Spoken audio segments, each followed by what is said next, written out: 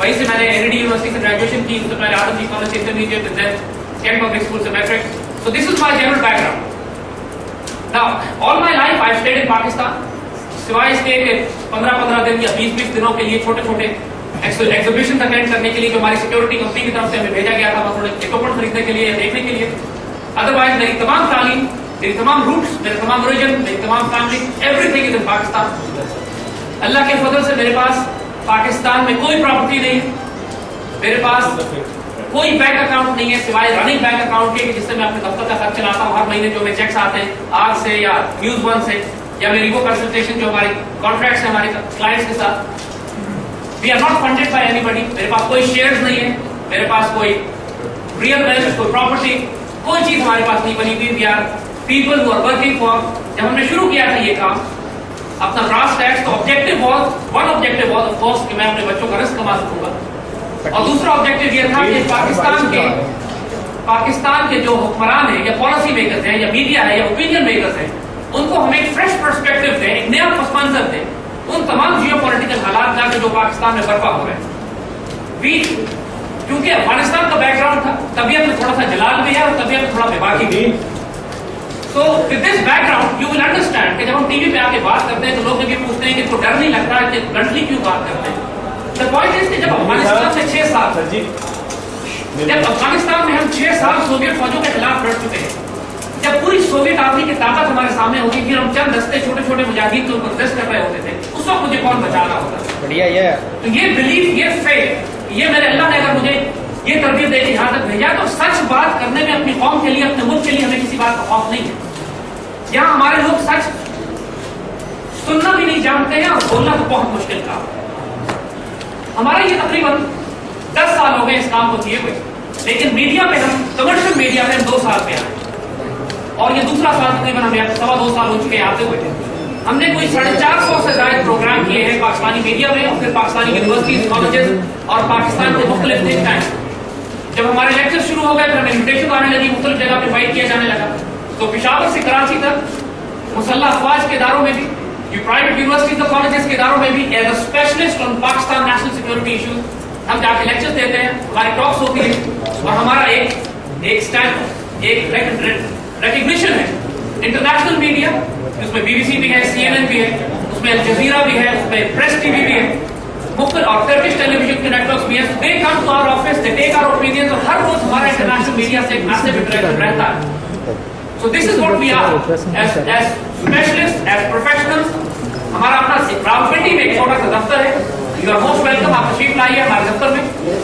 हम पाकिस्तान के वाहिद एक थिंक टैंक है जो पिछले 10 साल से पाकिस्तान के नेशनल सिक्योरिटी इश्यूज पर हर हफ्ता वीकली एक रिपोर्ट निकालते हैं. पिछले 10 साल की हफ्तावार रिपोर्ट हमारे पास रखी हुई है जो पाकिस्तान की पॉलिटिकल, नेशनल सिक्योरिटी और इंटरनल सिक्योरिटी इश्यूज के ऊपर एक कॉम्प्रिहेंसिव एनसाइक्लोपीडिया बन चुका है जो पाकिस्तान के किसी प्राइवेट थिंक टैंक के पास नहीं है, जो हम बनाते हैं. So this is my background.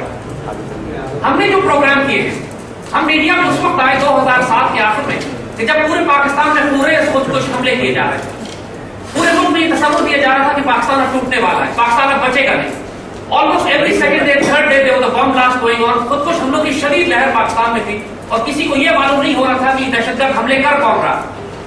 That was the time when V real, और ये वक्त था जब मुशर्रफ की हुकूमत खत्म हो रही थी और हम ये एज एन एनालिस्ट हम इस अमेरिकन गेम प्लान को समझ चुके थे कि अब मुशर्रफ की यूजफुलनेस जो अफादियत अमेरिकन की नजर में थी वो खत्म हो गई है और अब इसको रिप्लेस करके ये एक ऐसी कमजोर हुकूमत लाएंगे कि जो पाकिस्तान में गवर्नेंस और इकोनॉमी और पाकिस्तान के जुडिशियल और सोशल सिस्टम को मैनेज नहीं कर सकेगी और पाकिस्तान का हाल ये यूगोस्लाविया की तरह करेंगे.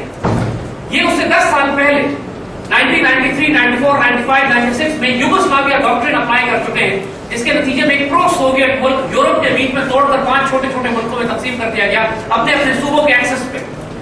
और ये डॉक्ट्रिन पाकिस्तानी कौम को मालूम नहीं थी, क्योंकि जिस शख्स ने ये डॉक्ट्रिन बिल्ड की थी, जिस शख्स ने मुकम्मल किया था पूरे प्लान को, वो शख्स अमेरिका का पॉइंट मैन बनने वाला था पाकिस्तान के लिए, रिचर्ड होलब्रूक. और ये बात पाकिस्तानियों को मालूम नहीं थी, लेकिन एज एन एनालिस्ट, क्योंकि हमारा प्रोफेशन और फील्ड यही था, so we decided to go on media and we realise कि इस वक्त पाकिस्तान में अगले 8-9 महीने तक प्रैक्टिकली कोई हुकूमत नहीं होगी, क्योंकि मुशर्रफ का दौर खत्म हो रहा था और वो हुकूमत ने काम करना बंद कर दिया. फिर केयर टेकर्स ने आना था, उसके बाद इलेक्शन होने थे, फिर ये पीपल्स पार्टी की हुकूमत ने बनना था. तो कम से कम 8-10 महीने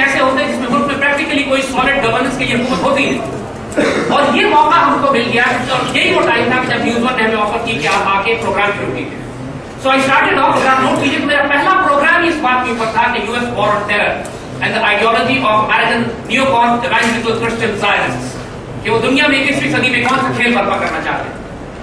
उसके बाद हमने वॉर ऑन टेरर किया, फिर अफगानिस्तान की पॉलिसीज को किया, फिर मजहबी दहशतगर्दी पे प्रोग्राम किया, फिर हिंदू ज़ायनिज़्म पे किए, फिर इकोनॉमिक टेररिज्म पे किए, और ये सीरीज हमारी कम से कम 4 महीने 6 महीने चली।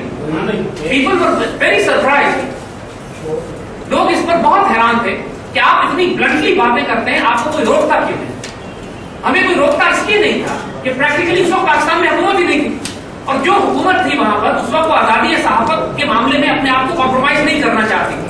नई नई हुकूमत आई थी, पीपल्स पार्टी की, पीडीके का गवर्नमेंट थी, तो हमें कुछ 10-12 महीने आराम से एक साल मिल गए थे जिसमें I was able to establish my credentials as an analyst. लोगों ने कंस्पिरेसी थ्योरिस्ट भी कहा, रजिस्टर्स भी शुरू हुई, मजाक भी उड़ाया गया, अंडरस्टैंडेबल, कोई सी बात नहीं। लेकिन इन अबाउट 1 साल पहले जब हमने इकबाल की डॉक्ट्रिन को रिवाइज करना शुरू किया, जब हमने ये रियलाइज किया कि सिर्फ जियो पॉलिटिकल इश्यूज से सब काम नहीं चलेगा, हमको पाकिस्तान की नजरियाती और रूहानी असास को भी दोबारा जिंदा करना, पाकिस्तान की उस आइडियोलॉजी को रिवाइव करना है जिस पर हमने पाकिस्तान को बिल्ड किया था।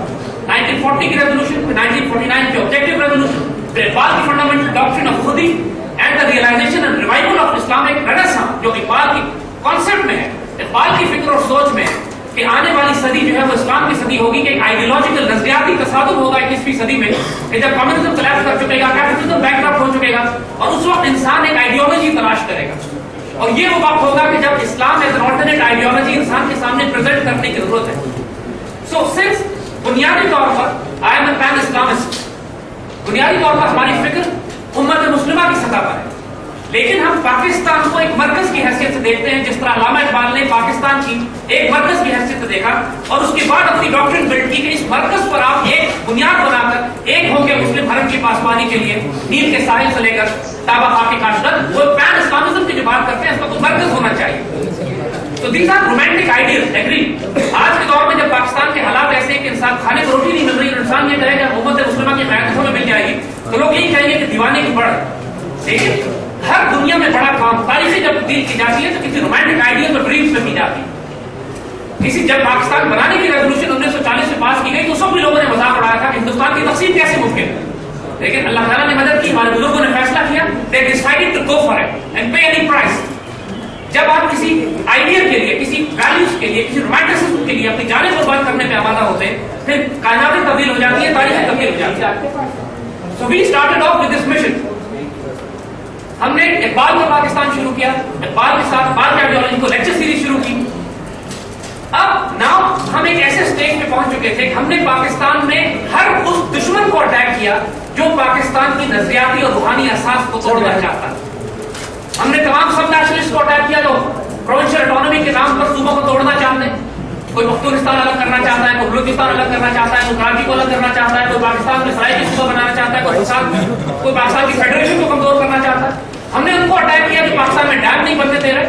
हमने उनको अटैक किया कि जो इंडियंस क्या अफगानिस्तान की मदद से पाकिस्तान में मजहब के नाम पर खुदकुश हमले कर रहे हैं। हमने तहरीक तालिबान को अटैक किया, हमने मुल्ला फजलुल्लाह को अटैक किया। हमने पाकिस्तान के अंदर वो तमाम एलिमेंट्स जो फसाद बर्पा कर रहे हैं लेकिन खारजी, जिसमें CIA है, रॉ है, मुसाद है, Afghan rock secret service drama है, हमने उनके एलिमेंट्स को अटैक किया। हमने पाकिस्तान के अंदर बैंकिंग और सूद और रिबा के सिस्टम को अटैक किया। The point is, we make too many enemies too fast।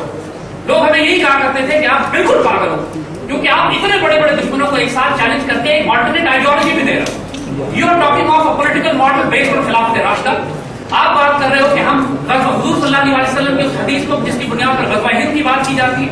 आप बात कर रहे हो कि Pakistan should lead the Muslim block United states of Islam.